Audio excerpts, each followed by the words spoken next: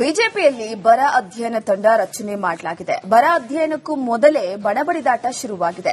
ತಂಡದಲ್ಲಿ ಹಿರಿಯರಿಗೆ ಸ್ಥಾನ ಕೊಟ್ಟಿಲ್ಲ ಅಂತ ಅಸಮಾಧಾನ ವ್ಯಕ್ತವಾಗಿದೆ. ಅಧ್ಯಯನ ಮಾಡಿ ಸದನದಲ್ಲಿ ಚರ್ಚೆ ಮಾಡೋದಕ್ಕೆ ಶಾಸಕರು ನಾಳೆಯಿಂದ ಪ್ರವಾಸವನ್ನ ಆರಂಭಿಸಲಿದ್ದಾರೆ.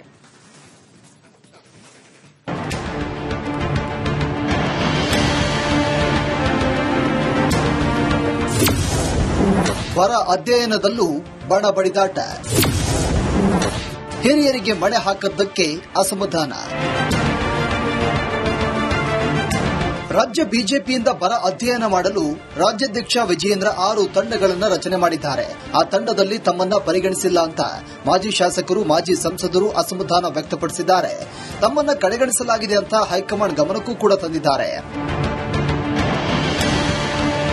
ರಾಜ್ಯದಲ್ಲಿ ಮುಂಗಾರು ಕೈಕೊಟ್ಟಿದ್ದು ಬಹುತೇಕ ಜಿಲ್ಲೆಗಳಲ್ಲಿ ಮಳೆಯಾಗದೆ ಬರದ ಛಾಯೆ ಎದುರಾಗಿದೆ. ಮತ್ತೆ ಕೆಲವು ಜಿಲ್ಲೆಗಳಲ್ಲಿ ಸ್ವಲ್ಪ ಮಟ್ಟಿಗೆ ಮಳೆಯಾಗಿದೆ. ಒಟ್ಟಾರೆ ಬರ ಮತ್ತು ನೆರೆ ಅಧ್ಯಯನ ಸಂಬಂಧ 6 ಜನ ಪ್ರಮುಖ ನಾಯಕರ ತಂಡವನ್ನು ರಚನೆ ಮಾಡಲಾಗಿದೆ. ಸೋಮವಾರದಿಂದ ಬರ ಅಧ್ಯಯನ ನಡೆಸಲಿದ್ದು ಜುಲೈ 31ರ ಒಳಗೆ ವರದಿ ಸಲ್ಲಿಕೆ ಮಾಡಲು ಸೂಚನೆ ಕೊಡಲಾಗಿದೆ. ಇದೇ ವರದಿಯನ್ನ ಸದನದಲ್ಲಿ ಚರ್ಚೆ ಮಾಡಿ ಸರ್ಕಾರವನ್ನ ತರಾಟೆಗೆ ತೆಗೆದುಕೊಳ್ಳುವ ತಯಾರಿ ಕೂಡ ನಡೆದಿದೆ. ರಾಜ್ಯದ ರಾಜ್ಯಾಧ್ಯಕ್ಷರು ಬರ ಪರಿಹಾರಕ್ಕೆ ಸಂಬಂಧಪಟ್ಟಂತೆ ಬೇರೆ ಬೇರೆ ತಂಡಗಳನ್ನು ರಚನೆ ಮಾಡಿದ್ದಾರೆ.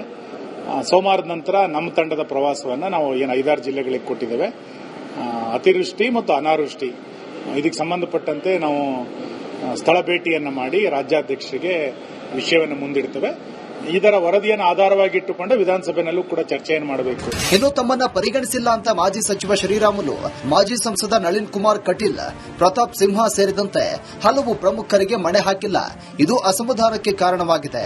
ಆದರೆ ಹಾಲಿ ಶಾಸಕರು ಮತ್ತು ವಿಧಾನ ಪರಿಷತ್ ಸದಸ್ಯರಿಗೆ ಮಾತ್ರ ಅವಕಾಶ ನೀಡಲಾಗಿತ್ತು. ಸದನದಲ್ಲಿ ಚರ್ಚೆ ಮಾಡಲು ಅನುಕೂಲ ಮಾಡಿಕೊಡಲು ಈ ರೀತಿ ಮಾಡಲಾಗಿದೆ ಅನ್ನೋ ಸ್ಪಷ್ಟನೆ ಹೈಕಮಾಂಡ್ಗೆ ತಲುಪಿಸಲಾಗಿದೆ.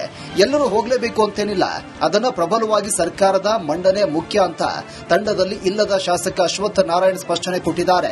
ಹಾಗಾಗಿ ಎಲ್ಲರೂ ಅವರವರು ಕೆಲಸ ಮಾಡ್ತಿರ್ತಾರೆ, ತಂಡಗಳು ಆಗಿರುತ್ತೆ, ಆ ಕೆಲಸ ಮಾಡ್ತಾರೆ. ಇವತ್ತು ವರದಿನ ತರ್ತಿದ್ದಾರೆ, ನೀವೆಲ್ಲರೂ ಭಾಗವಹಿಸಬಹುದು. ಈಗ ಸದನ ಬರುತ್ತೆ, ಸದನದಲ್ಲಿ ಎಲ್ಲರೂ ಭಾಗವಹಿಸಿ ಸರ್ಕಾರಕ್ಕೆ ಒತ್ತಾಯ ಮಾಡುವಂಥದ್ದು, ಪರಿಹಾರದ ಭಾಗವಾಗಿರ್ಬೋದು, ಚರ್ಚೆ ಮಾಡ್ಬೋದು, ಸಲಹೆಗಳು ಕೊಡ್ಬೋದು, ಯಾರಿಗೂ ನಿರ್ಬಂಧನೆ ಇಲ್ಲ. ಹಾಗಾಗಿ ಈ ತಂಡದಲ್ಲಿ ಎಲ್ಲರನ್ನೂ ಸೇರಿಸ್ಕೊಂಡು ಹೋಗಕ್ಕಾಗಲ್ಲ. ಯಾರನ್ನು ಮಾಡಿದರೆ ಅವ್ರು ಹೋಗಿ ಬರಲಿ, ಒಳ್ಳೇದಾಯ್ತಲ್ಲ. ಯಾರು ಒಟ್ಟಿನಲ್ಲಿ ಜವಾಬ್ದಾರಿ ತಗೊಂಡು ಮುಂದೆ ಹೋಗ್ತಿದ್ದಾರೆ, ಅವ್ರು ಹೋಗಿ ಚೆನ್ನಾಗಿ ಅಧ್ಯಯನವನ್ನು ಮಾಡಿ ವರದಿನ ಕೊಟ್ಟು ಸರ್ಕಾರದ ಗಮನವನ್ನು ಸೆಳೆದು ಸರ್ಕಾರಕ್ಕೆ ಪರಿಣಾಮಕಾರಿಯಾಗಿ ಕಾರ್ಯನಿರ್ವಹಿಸಲಿಕ್ಕೆ ಸಲಹೆಯನ್ನು ಕೊಡೋಕ್ಕೆ ಈ ವರದಿ ಬರಲಿ ಅಂತಲೂ ನಾನು ಎದುರು ನೋಡ್ತಾ ಇದ್ದೀನಿ. ಸದ್ಯ ಬಿಜೆಪಿಯಲ್ಲಿ ತಮ್ಮನ್ನ ಕಡೆಗಣಿಸಲಾಗ್ತಾ ಇದೆ ಅನ್ನೋ ಪ್ರಶ್ನೆ ಮತ್ತೆ ಉದ್ಭವವಾಗಿದ್ದು, ಹಾಲಿ ಶಾಸಕರು, ವಿಧಾನ ಪರಿಷತ್ ಸದಸ್ಯರನ್ನೇ ಯಾಕೆ ಬರ ಅಧ್ಯಯನಕ್ಕೆ ನೇಮಿಸಲಾಗಿದೆ ಅನ್ನೋದು ಸ್ಪಷ್ಟನೆ ನೀಡಲಾಗಿದೆ. ಸದನದಲ್ಲಿ ಒಗ್ಗಟ್ಟು ಪ್ರದರ್ಶನ ಮಾಡಲು ಈ ರೀತಿ ನಿರ್ಧಾರ ಅನ್ನೋದನ್ನ ಹಿರಿಯರು ಮನಗಾಣಬೇಕಾಗಿದೆ.